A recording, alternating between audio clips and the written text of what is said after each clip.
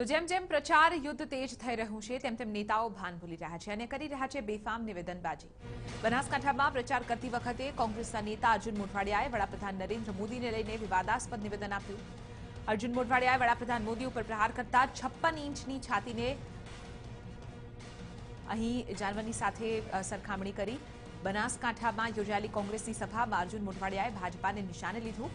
મોઢવાડિયાએ કહ્યું કે 56 ઇંચની છાતી તો અને ત્યારબાદ તેઓ એક જાનવરનું નામ લીધું અને સાથે કહ્યું કે મોદી સાહેબના ભક્તો તો તેમના આ નિવેદન ઉપર પણ તાળીઓ પાડે છે।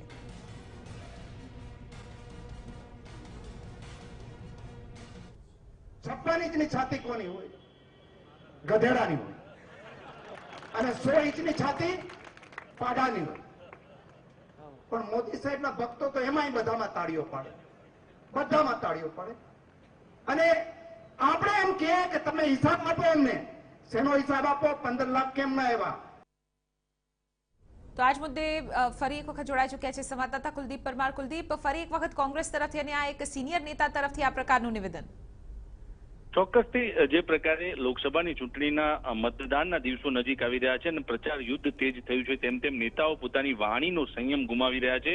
આજે પ્રદેશ પ્રભારી રાજીવ સાતવ સાથે કોંગ્રેસના પૂર્વ પ્રમુખ અર્જુન મોઢવાડિયા ડીસા ખાતે જનસભા સંબોધી રહ્યા હતા, ત્યારે જે 56 ઇંચની છાતીનું જે વાક્ય વારંવાર ભાજપના આગેવાનો રિપીટ કરતા હોય છે અને વડાપ્રધાન મોદીની સભાઓમાં પણ આ જ વાક્યને લોકો ઉચ્ચારતા હોય છે, ત્યારે આ વાક્યને લઈને તેમણે નિવેદન કર્યું હતું કે 56 ઇંચની છાતી ગરદપની હોય છે। એટલે કે કહી શકાય કે જે પ્રકારે પ્રચાર યુદ્ધ તેજ થઈ રહ્યું છે, ગરમીનું વાતાવરણ છે ને આ ગરમીના વાતાવરણ વચ્ચે જે નેતાઓ છે તે પોતાનો સંયમ ગુમાવી રહ્યા છે ને કોઈ પણ ભોગે જે પ્રકારે જે એક વાણીને સંયમ રાખવો જોઈએ। એક સિનિયર આગેવાન છે અર્જુન મોઢવાડિયા, પ્રદેશ પ્રમુખ સુધી રહી ચૂક્યા છે, સંસદ સભ્ય રહી ચૂક્યા છે, ધારાસભ્ય રહી ચૂક્યા છે, આવા વ્યક્તિ આ પ્રકારના નિવેદનો કરી રહ્યા છે। ચોક્કસથી કહી શકાય કે રાજનીતિ હવે શબ્દોના બાણ વચ્ચે ચાલી રહી છે ને શબ્દોના બાણ વચ્ચે જે નેતાઓ છે તે પોતાનો વાણી સંયમ ગુમાવી રહ્યા છે। જોવાનું એ રહેશે કે હવે પ્રચાર યુદ્ધ તેજ થઈ ગયું છે, આ નેતાઓના વાણીનો વિલાસ આ જ પ્રકારે યથાવત રહે છે કે પછી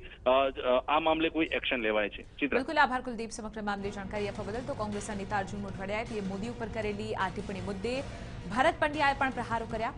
ભરત પંડ્યાએ કહ્યું કે કોંગ્રેસ હાંસિયામાં ધકેલાઈ ગઈ છે અને હાલ અસ્તિત્વ જ ગુમાવી ચૂકી છે અને તેથી અસ્તિત્વ બચાવવા માટે કોંગ્રેસના નેતાઓ આ રીતના અપશબ્દોનો ઉપયોગ કરી રહ્યા છે।